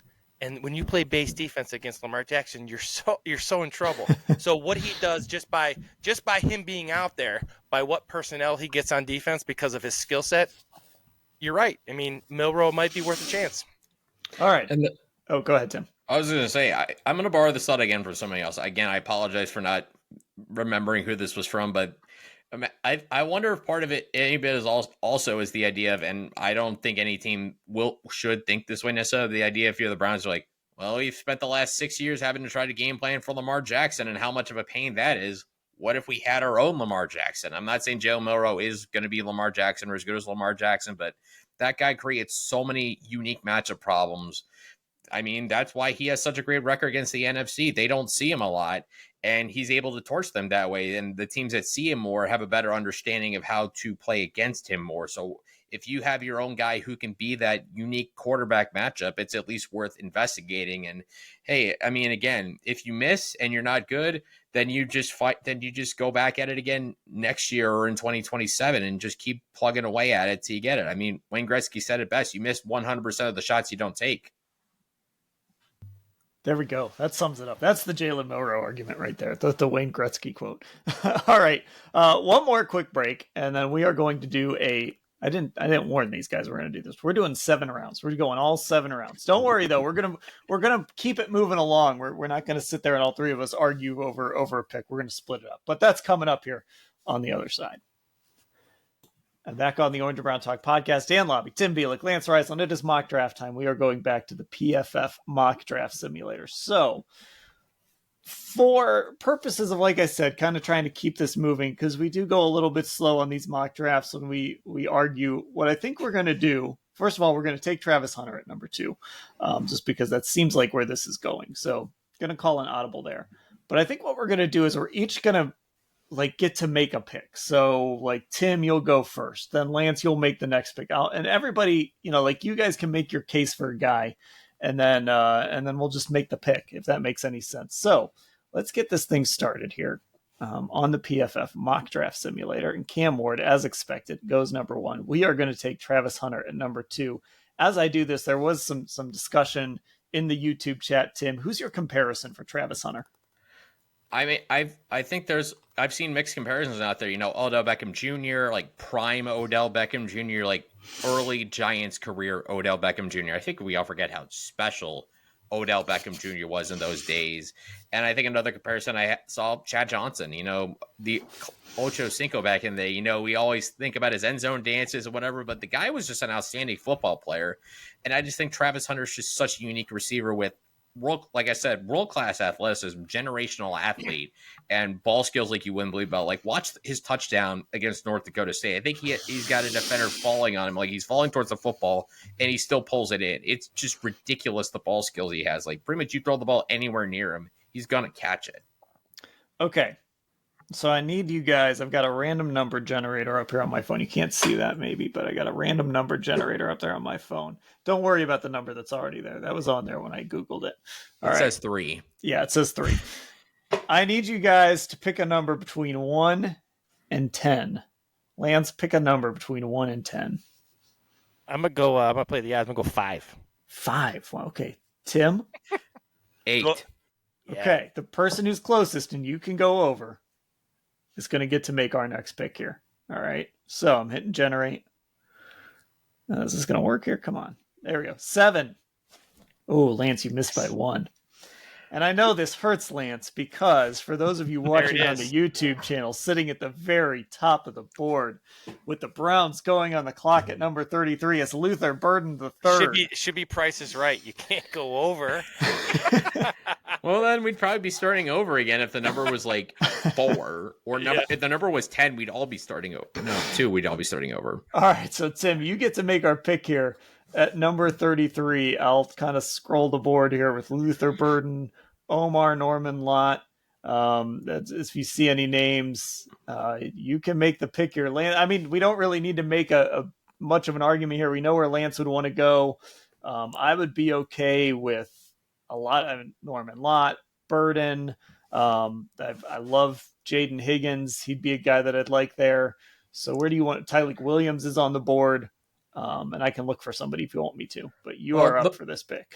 Well, I'm going to correct a mistake from last week where I'm not going to forget we took Travis Hunter second overall. Yes, that's fair. I'm going to correct myself. And I'm going to also spoil my 7-round mock that's coming out for those of you on YouTube.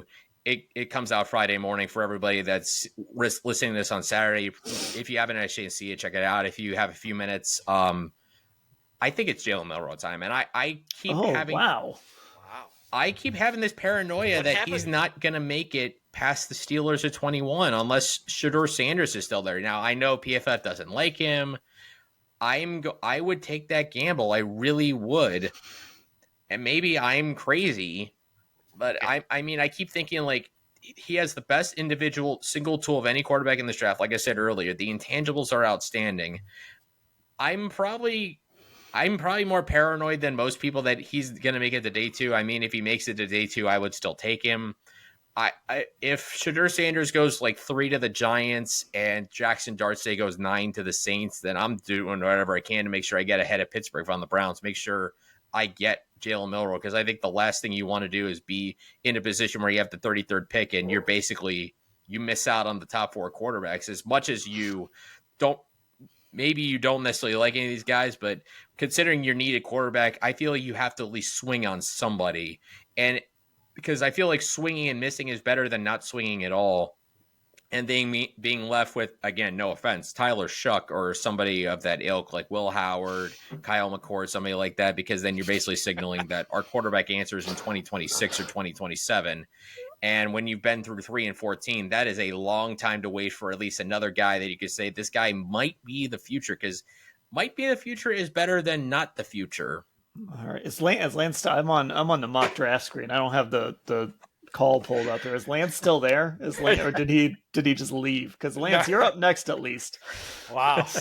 I mean, he not only made his pick, he threw my guy Shuck under the butt. I mean, well done.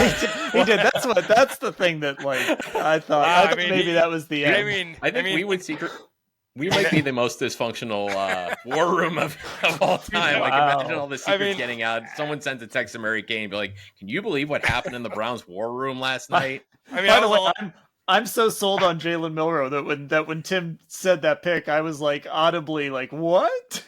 So I guess I didn't really sell it well when the time came to pull the trigger. I was shocked. And then he starts throwing guys in the bus that I like. I was like, wow. He's going on.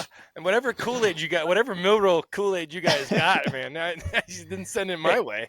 If we're going to be fair, though, who among us would have ever predicted Michael Penix Jr. would have gone 8 and Bo Nix would have gone 12 last year? Not me. I guarantee you that much. That's fair. Okay. Lance. I would have done Penix. I was way off on Bo Nix, though. I will say that. No question. Hey, me too. I called it a panic pick. All right, let's see. Well, Lance, you are up here. We're at number 67. So Norman Lott has made it. Elijah Arroyo is a tight end option. Do me a favor.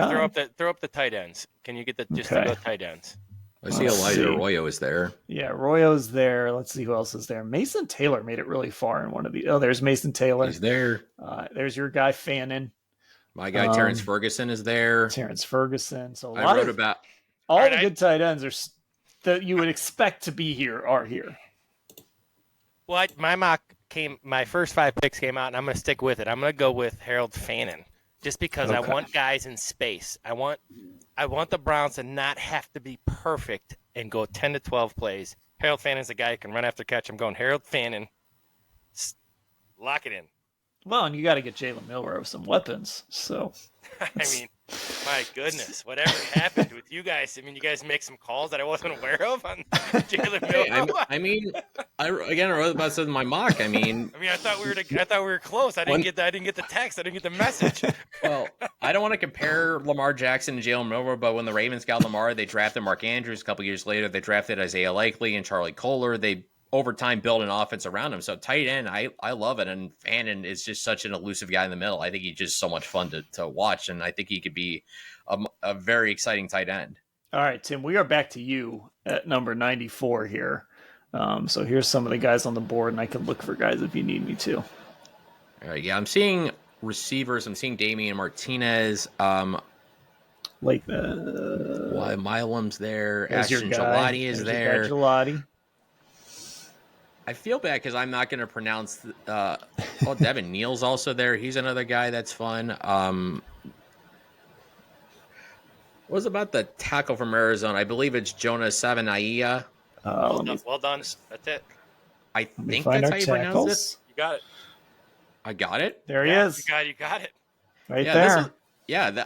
I think it seemed like he was like a fringe day one guy, I think, at one point in time. And I'm a big proponent that no matter how good or how bad your offensive line is, you take a guy and I say you have the best offensive line. Great, get another guy. And I mean, this is another guy who has the potential to play in tackle, guard, and I think he could do very well at either position, especially because, they restructured Jack Conklin's contract, so he's in the last year of a deal. You've got Joel Bitonio, who's coming back, even though he was kind of debating retirement. As much as I love running backs and skill players in general, I do want to give some love to the offensive line. Sometimes you got to have an unsexy pick once in a while and just go for some offensive line up front. And again, more blocking for Jaylen Milroe in 2026 and beyond. All right. You guys are living on that Milroe, man. I love it. Just stick to your guns. Well done. Well, Tim has gone 2026 and beyond. My whole case was, hey, you're going to be back here looking for a quarterback again next year, so let's see what this guy can do. We're building an offense around him. Well done. All right, I'm going to go 10 picks later. I'm going to Legido. Yeah, Mark it in. that's I a love no-brainer. it. He's got so much upside. Long, fits the scheme. Right on brand too, with the guy we talked about already. Now, this is where, so it goes from 104 and the Browns don't pick again until 179. And I've got to think that they're going to move up into the 5th round because that feels like a sweet spot for running backs, maybe a wide receiver, one of these day 3 receivers. I feel like you've got to get into the late 4th or somewhere in the 5th round. So maybe they use some of those 6th round picks to move up. But unfortunately, here we are. It's been a long Saturday. The Browns picked at 104, and now they're not on the clock again until 179. And Tim, you get this pick. All right. So you can make Lance happy and take a second quarterback in Tyler Shook. Well, do we need 4 quarterbacks on the roster? Probably not. When Ewers is there, I'm not taking him. I saw the Q-Base article dropped the other day, and I think I hate to do this to throw Quinn Ewers under the bus, but I think they had his bust percentage to like 96%. Jalen Lane is a guy I really like as a day 3 receiver. Yeah, very, very fast guy. Who do we have at running back that's still out there? Yeah, see, and this is the problem. I feel like if you wait this long, if you don't get into the 5th, you're going to miss out on some of these running backs. Yeah. Kyle Manun is an interesting guy. Taj Brooks is there. Rocket Sanders is another guy that is an older guy, but going off. No, Jordan James is still on the board. That's an interesting one. I'll go Jordan James. I mean, I think if you can get 80% Bucky Irving, and I think in some ways Jordan James, he could be a slightly discount Bucky Irving. If you get that, then that's plenty good enough because if you're not going to get a high-end running back, at least get a guy who could contribute in a tandem, and then maybe down the road because if you especially bring Nick Chubb back, you can roll with a trio of Jerome Ford, Jordan James, and then Nick Chubb is your short yardage back and your power back. So I think it could be an interesting tandem. And plus, James does have, I think we talked about last week, pretty good explosive run rate numbers. All right, so Jordan James is going to be the pick there. I think if you were going to take a running back, you had to pounce on one there because these guys are going to start coming off the board. So Lance, we're up to you now at 192, and this is just that run of 6th round. If you guys want me to trade away one of these picks for picks 3 years from now, I'm fine with that because this is too many 6th round picks. But Lance, I know you want to take guys, so I do. I like these late round guys. A lot of film. Let's see. Oh, there he is. Listen, this is your pick, Lance. Let's go safeties. Can you just give me Yeah, nothing but safeties? Are there any guys that I've looked at? Let Safeties me pull up our safeties here.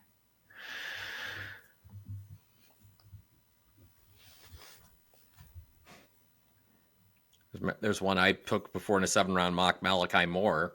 I'm gonna go. I'm with you there, Tim. I like him. He was on my outskirts, but I like him. I'm gonna go Malachi Moore. I like that one. I think he can, and more importantly, he can be a one high hat. So I like him. Well, and you know me, this team needs to fill that safety position at some point. So now we're at 200. Still 3 picks left. Tim, you're up. Yeah, let's go through. I'm not sure where I want to go exactly with this pick. I can't believe Tyler Shook is still on the board. Yeah, why does nobody want Tyler Shook? Did nobody go to his 21st birthday party? I want him. I would have taken him. His 10 years ago? If I would have said 6, I would have had the pick, and we'd have Tyler Shook. Well, yeah, I'm looking. There's some guys out there. Jack Nelson, the tackle from Wisconsin, is interesting. Again, more offensive line depth's not a bad idea. I know, Lance, you like Jalen Travis. What else do we have at receiver? I'm trying to think of what else. Let's see what might still be sitting out there at receiver as we get here deeper into day 3. It does get hard when guys are passed over almost 200 times.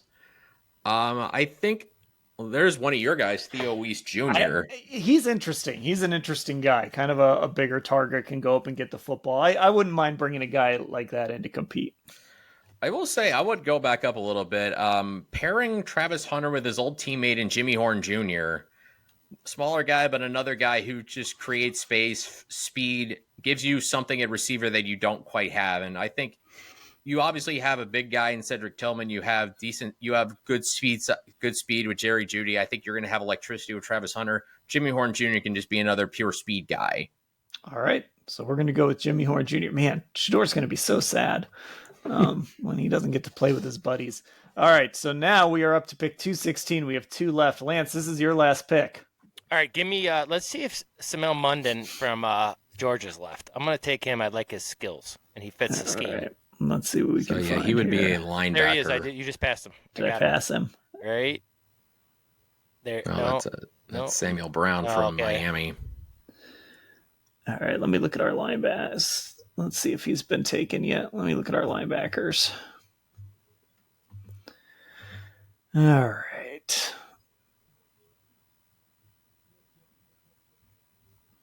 Tim, you took a tackle, right? Yep, yeah, we did take a tackle. 7. Right. I swear I'm gonna pronounce his name right one of these years. There he is. Give me Munden. Yeah, Give me Munden. 7. I think can play guard. He could play tackle, and there's Samel Munden, former 5-star. Oh no, and he's a better athlete right now than he is a football player. But I'll tell you what, in terms of, I will go back to what Schwartz does best. He's going to find out what you do best, and he's going to focus on that. And Munden can fly around. And so I got Munden. Yeah, I like that pick. All right, we're 255. One of your guys, Jalen Travis, still on the board. Lance. Love him. Tackle. Well, let's take Jalen Travis. Okay. That's who I took in my last Browns mock too. I took Jalen Travis, and then Lance started texting me about Jalen Travis, and I was like, "All right, I guess I nailed it." Yeah. So 4 new offensive line. So you drafted 2 offensive linemen, and then you got 2 free agents: Cornelius Lucas and Tevin Jenkins. I mean, right? You're trying to build an offense that was like rookie Lamar Jackson offense. I mean, adding all these extra offensive linemen is not a bad way to go. I'm just lingering at the top of the screen here. If you're watching on YouTube, just so Lance can stare at this. It says you drafted Jaylen Milroe with a red arrow that it was a bad pick, and then a green arrow right below it, basically saying you should have taken Luther Burden III. I don't want to say anything. I'm just gonna let you. Sometimes you just let it like seep in. Just look. Everybody's got eyes. All right, Travis Hunter number 2, Jaylen Milroe number 33, Harold Fannin number 67. Tim, give us the name. I might have to go to the Dane Brugler guide on this one for the actual pronunciation, so I apologize. But give me a minute. I just got to get to it. I know it's there. Savanaya. Jonah Savanaya. There we go. Lance, you get to give us our number 104 pronunciation. It's Oluwafemi Olajido. Well done. I'll do the easy one, Jordan James. Number 179. Malachi Moore at 192. Jimmy Horn, 200. Smail Mondin Jr., linebacker, number 216, and then Jalen Travis, number 255. I don't mind this draft. We did pretty well. Again, that Jaylen Milroe pick, it's going to be controversial. It's even controversial for me, but I already talked about it. I may have taken a screenshot of the should have taken Luther Burden, just saying. Hashtag Lance was right in about 2 years. Yeah. Okay, before we go, I just want to get into some guys that you're sitting there watching somebody and somebody else stands out to you. I have 3 guys that I have on my list.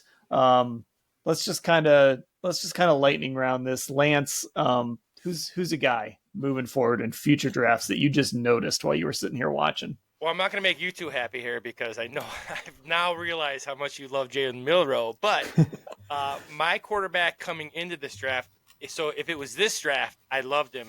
Garrett Nussmeier, I think, is an absolute perfect fit for Kevin Stefanski's play action scheme. Reads well, obviously played in the scheme at LSU. I don't know. I just think he's outstanding in terms of making the throws. Every throw that I've broken down on him is 15 to 25 yards, which I think is so important at the NFL level. He was my guy coming into this. I think if you said to me, as much as I've argued for Shedeur Sanders, it would have been a close call between Shedeur Sanders and Garrett Nussmeier. That's what I think of him. So he was my number 1 guy. Would have been number 2 after Cam Ward just because of athletic ability. But in terms of scheme fit, I would take Garrett Nussmeier over equally to Shedeur Sanders for the Browns. Yeah, I really like him. He's one of those guys that when you were just watching last year, he really stood out. So I have a quarterback on my list too. Tim and I were talking about him before you came on, Lance. Lenora Sellers, South Carolina. I really want to see what he can do next year. And he's a guy that would be really, really interesting. I think one of those guys that, Nussmeier is one of these guys, and I think Sellers is one of these guys that we could come out of next college season thinking this is the number 1 quarterback in this class. So I think he's going to be in that discussion. So that's going to be one of my guys. Tim, who did you have a quarterback at all, Tim, or do you want to go a different direction? Yeah, I'm going to go a little bit off the radar with the quarterback. I'm going to go with Cam Scadaboo's teammate, Sam Levitt. That's a good one. He's a guy that, I think there's so much buzz about Cam Scadaboo, and rightfully so because of how great he was. But Sam Levitt, very solid in his own right. Looking at his numbers, not a great completion percentage, 61.7, but almost 3,000 yards, 24 touchdowns, 6 interceptions. So efficiency with the football, mobility with 400-plus yards rushing on 443 rushing yards on the season. Threw for 222, had a pick against Texas, but also 13 carries, 60 yards. Just seems like a real tough guy at quarterback. And I mean tough in a good way. Toughness, got some physicality. He might be kind of a sleeper quarterback. Maybe we'll see how he does next year when he doesn't have Cam Scadaboo there. But in what's going to be a much deeper quarterback class, I think, Kate, we're going to be talking about Drew Aller, Kate Klubnik, Lenora Sellers, Garrett Nussmeier, who, by the way, Lance, good call on him. I remember the Ole Miss game, and he doesn't throw that 4th down touchdown. I believe Aaron Anderson at the end of that game to tie it. Yeah. We don't have those 2 Jackson Dart missed throws in overtime that could have been interceptions. Wow, Tim is just throwing it all. He's leaving it all out there now with these quarterbacks. I absolutely love it. It's fantastic.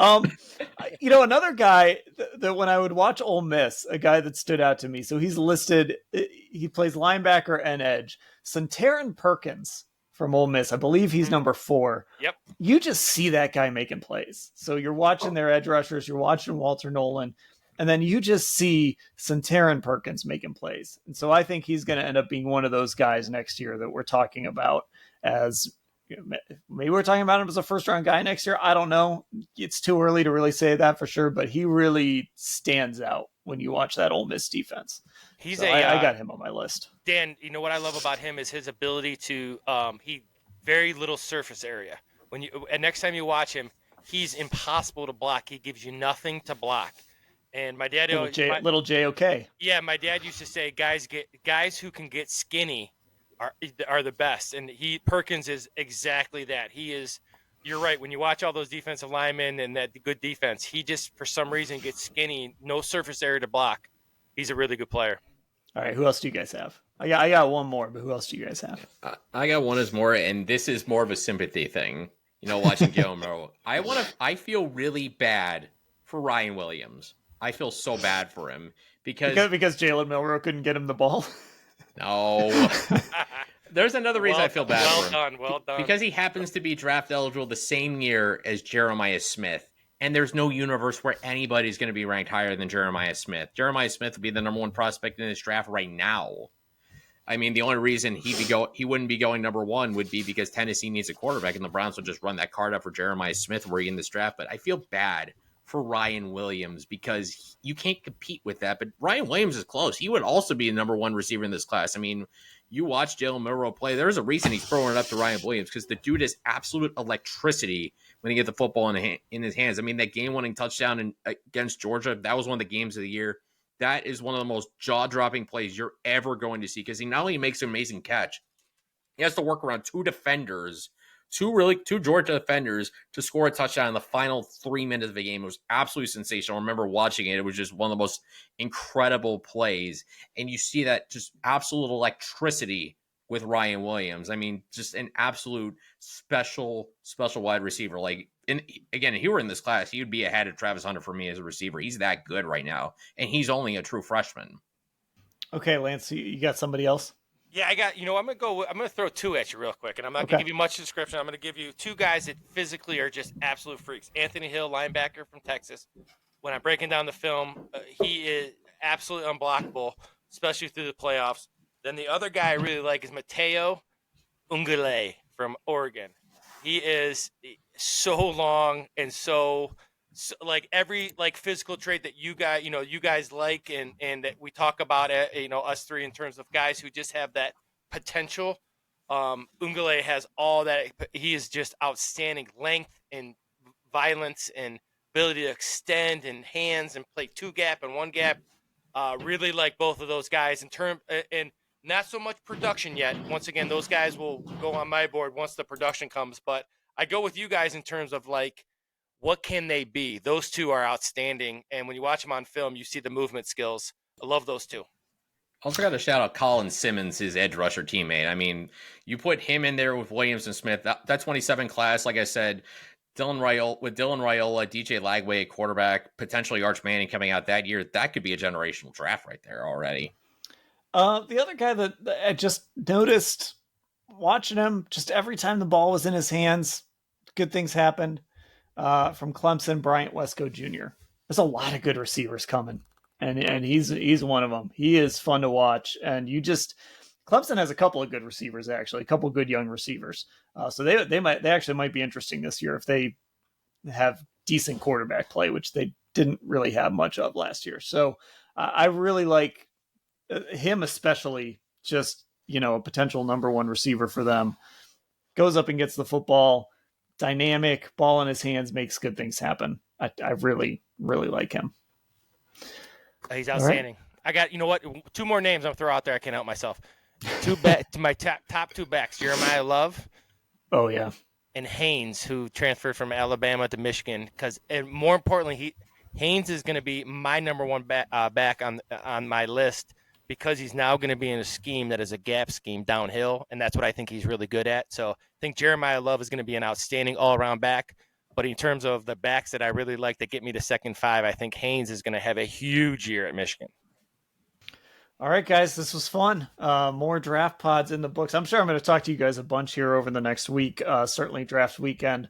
I'm sure that text thread's going to be going all weekend. Absolutely. And then listen, after the draft, maybe we can get together and kind of break down what the Browns did in the draft and kind of go over what we liked and maybe what we didn't like. Lance, we'll see what happens with Jaylen Milroe. I will say this: I'm starting to feel like maybe I'm going too all in. I don't know what happened, but you guys... Because I have a lot of reservations about him. And it does feel like one of those things where halfway through the season, it's going to be like, oh, yeah, that's why. But just so you know, just because I know I've annoyed you both for 2 years now on, on my guys that I like, Peyton Wilson, Ivan Pace. If Tyler Shuck is good this year, you guys might as well turn your phones off. Just turn your phones off. Block Lance's number. I'll email you if I need something, Lance. That's right. I got you. Okay. Just so you know. That'll do it for this edition of the Orange and Brown Talk podcast. I've mentioned all of our socials just one more time. Our YouTube, Cleveland Browns on cleveland.com. Our Instagram, Orange and Brown Talk. Our Twitter, Orange Brown Talk. And of course, Football Insider. If you want to get subscribed, you get a newsletter. You can become one of our texters. All those subscriber stories on cleveland.com, you get access to those. It's cleveland.com/Browns, the blue banner at the top of the page to get info and get signed up for that. And of course, this podcast, for those of you who especially are just watching live on YouTube or just watching on YouTube, go find us on Apple Podcast and Spotify. Tim and Lance, it was great. And I will talk to everyone later.